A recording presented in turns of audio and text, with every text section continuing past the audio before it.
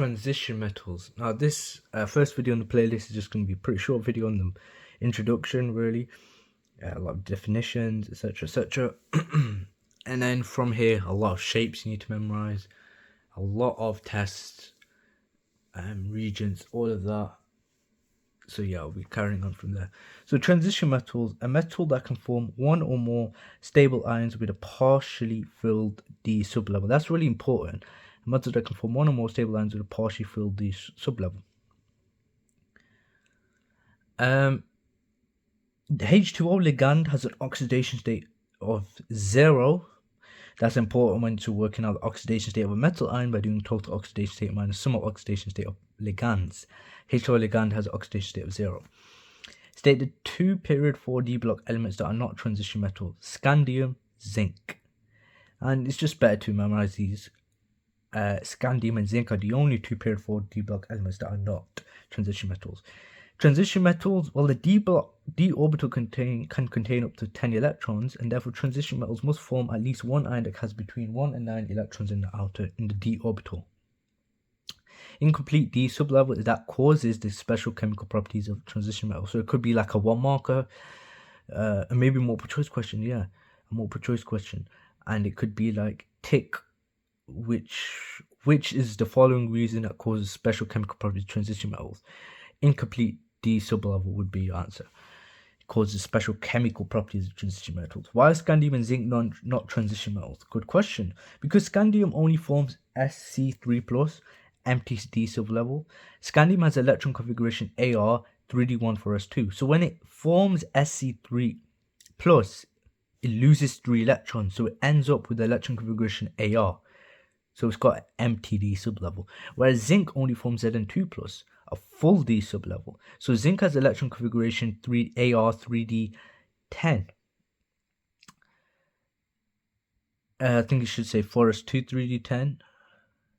Yeah, 3d10 4s2. So when it loses 2 electrons to form zinc, when it loses 2 electrons to form the Zn2+, both the electrons come from the 4s electrons, therefore it keeps its full 3d sublevel.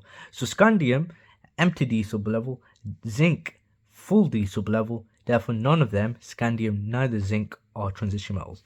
Transition metal atoms form positive ions, and when transition metal atoms form positive ions, when this happens, the s electrons are removed first, then the d electrons. It's really important. S electrons move first, then the d electrons. Say 3 key physical properties of transition metals.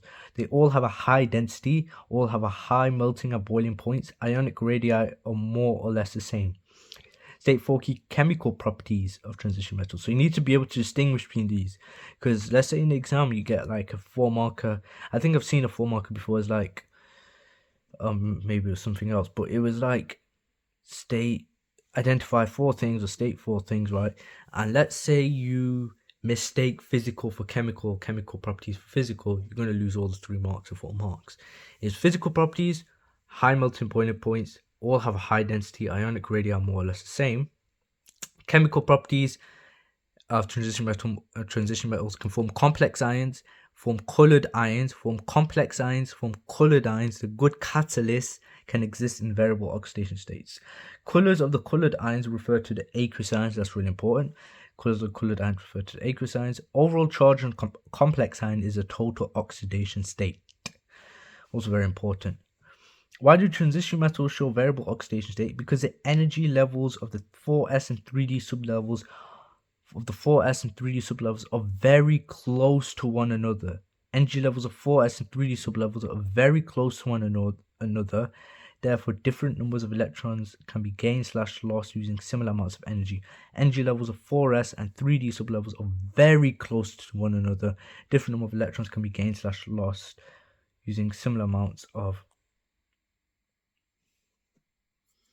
energy. Complex ion, essential metal atom/ion surrounded by coordinately bonded ligands.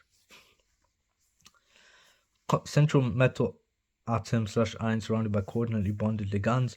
Coordinate bond, a covalent bond in which both electrons in a shared pair come from the same atom. In complex, they come from ligands. So coordinate bond, a covalent bond in which both electrons in a shared pair come from the same atom. In the complex, they come from the ligands.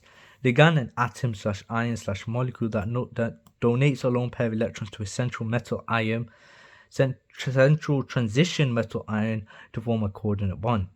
Coordination number of coordinate bonds that are formed, number of coordinate bonds that are formed with the central metal ion. And the usual coordination number of coordinate bonds that are formed with the central metal ion is 6 and 4. If the ligands are small, H2O and H3, 6 can fit around the central metal ion. If the ligands are larger, Cr-, only 4 can fit around the central metal ion.